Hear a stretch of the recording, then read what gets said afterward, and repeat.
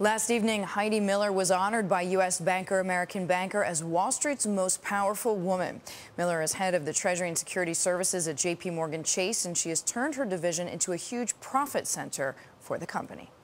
Is this year going to be a harder year for you to make money than last year? That's what I've told my troops. Yeah, it is. Last year there was the frenzy in the market meant that people it was a great flight to quality. People were flooding to us both to leave balances, a great sense of insecurity with other providers that we benefited from. There was great volatility in rates and spreads. That's all gone away this year, and so the interest rate environment clearly will dampen the revenue picture for us. How surprised were you by the recent management changes announced?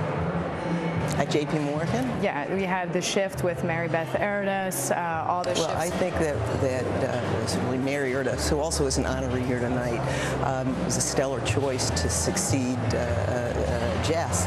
I think Jess Staley also is hugely competent both in what he's done in the asset management division, but he clearly had background in investment banking. He's a great partner.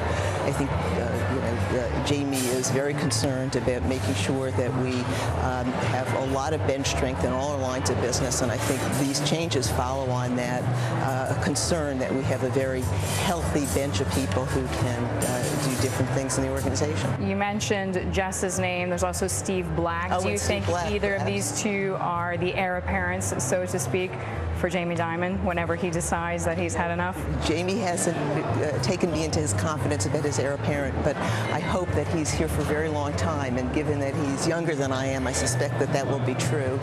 All right. Were you disappointed at all that there was not a change in your status, in your position, yes or no? No. I love my job. I have great colleagues that I work with, and I feel very lucky to be where I am. Does it concern you that maybe there's not enough of a deep bench for women coming up on Wall Street? Or do you think that there is a deep enough bench, that the next generation is coming up? Compared to when I started, there seemed to be a lot more. I mean, when I started in banking in 1979, you couldn't fill a room, right? I think that I was a beneficiary of U.S. government telling banks with which it did business that they had to hire women in order to satisfy some quotas, and I know that I was a beneficiary of that. That's not the issue anymore.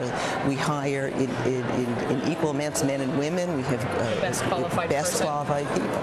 I think the issue that corporations and banks in particular have to deal with now is how do you keep diversified talent given the stresses of home or family and work that we were just talking about.